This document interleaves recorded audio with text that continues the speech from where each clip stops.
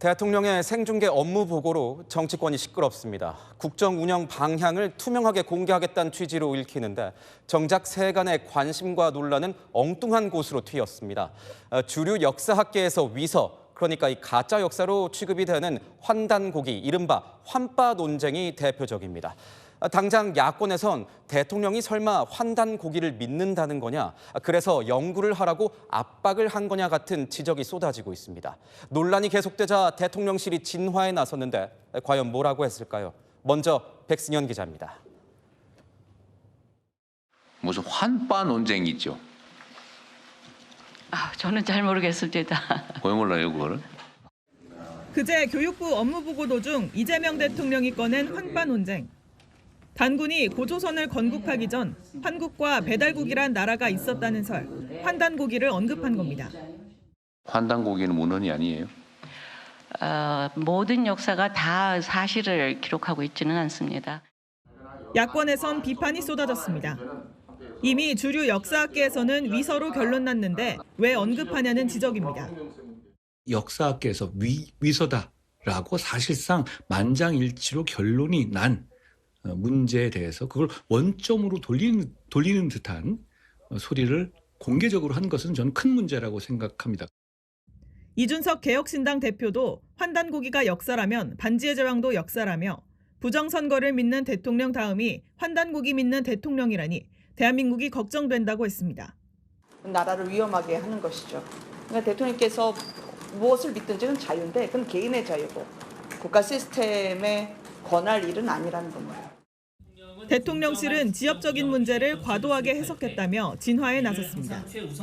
이런 문제의식들을 그대로 있는 그대로 연구하고 분명한 역사관 아래에서 국가의 역사관을 수립해야 하는 책임이 있는 사람들은 그 역할을 다 해주면 좋겠다.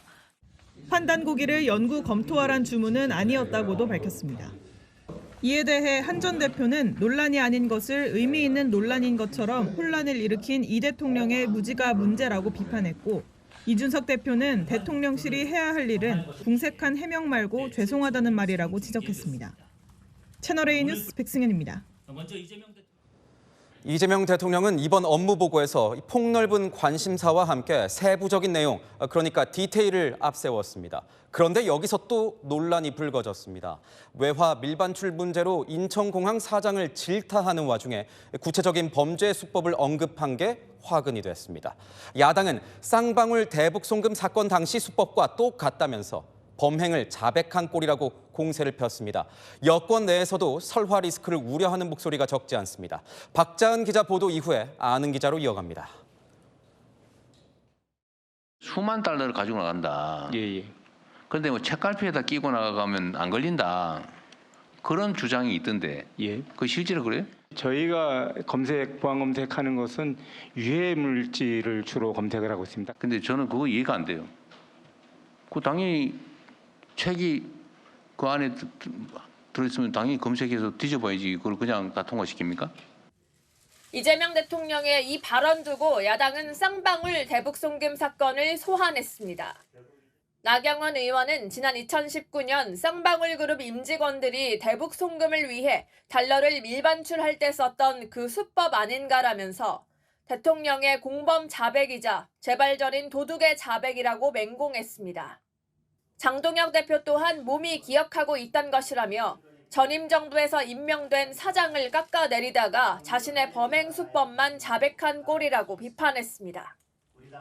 당사자인 이학재 인천공항 사장도 직접 반박글을 올렸습니다.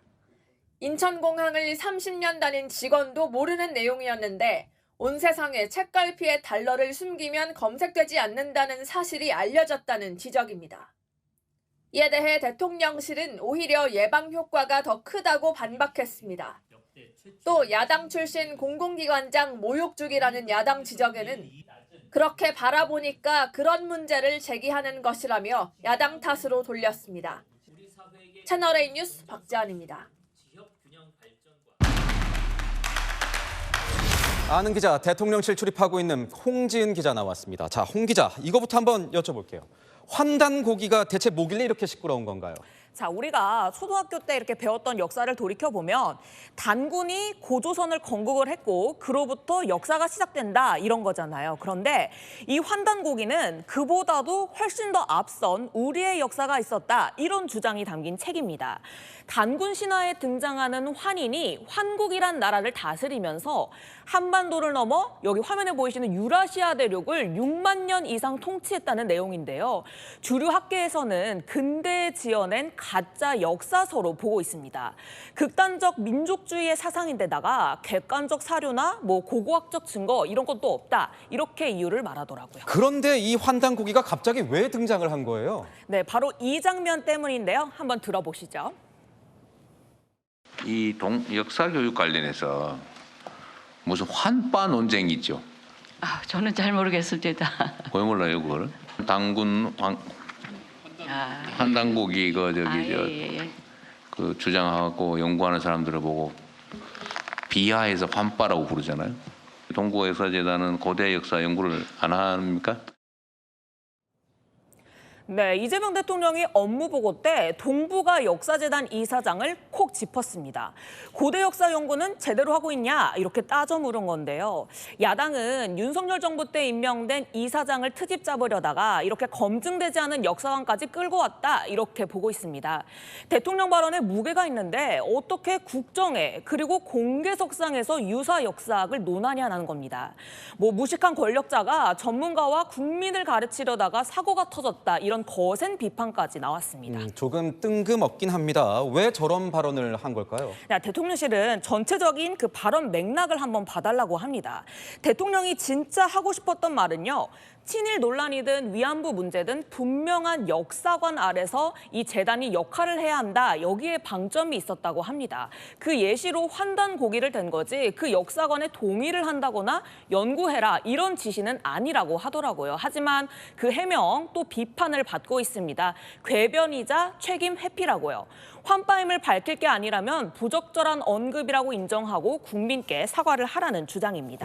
외화 밀반출 문제를 지적한 인천공항공사 사장도 보니까 국민의힘 출신 인사잖아요. 네, 그렇습니다. 지폐를 책갈피에 끼워가지고 외화를 이렇게 밀반출하는 방식, 이거를 왜 잡아내지 못하냐? 공개적으로 대놓고 면박을 줬죠. 사실 이 문제는 관세청이 얼마 전 그 업무 보고 때 인천공항공사 소관이라고 답변하면서 옮겨붙게 됐습니다. 그런데 마침 이 공사 사장이 국민의힘 삼선 의원 출신의 윤석열 전 대통령이 직접 임명한 인사거든요. 아는 게 하나 없다. 딴 데 가서 노세요 했던 여럿 이런 질타 장면들, 보수 성향 공공기관장 찍어내기라는 의심을 야당은 거둘 수가 없는 거죠. 2019년 쌍방울 임직원들이 대북 송금을 위해 달러를 밀반출할 때 썼던 수법인데 그걸 좀 잘 알아서 그런 거 아니냐 이런 야당의 역공도 나오게 된 거고요. 하지만 대통령실 오히려 몰랐으니 공개석상에서 더 이야기한 거 아니겠냐 이렇게 반박을 했고요. 또 이렇게 범죄 수법을 널리 알려야 차후 예방 효과도 크다고 했습니다. 사상 첫 생중계 업무 보고인데 약간 논란만 좀 터져 나오는 모습도 있습니다. 계속 하는 겁니까? 네, 물어보니 계속 한다고 합니다. 물론 이렇게 전체적으로 생중계되는 거에 대한 부담감 그리고 위험 리스크도 잘 알고 있다고 합니다. 그럼에도 일하는 모습을 국민한테 알리는 게 중요하다라고 말하더라고요. 이번에도 논란이 일긴 했지만 이슈 주도권 측면에서는 득이 더 많다는 판단입니다. 지금 이 화면에 보이시는 것처럼 다음 주에도요. 업무 보고 아주 빼곡하게 생중계합니다. 19개에 달하는데요. 해당 부처나 공직사회는 제2의 이학제가 될 수 있다며 긴장감도 고조되는 분위기입니다. 네, 아는 기자 홍지은 기자였습니다.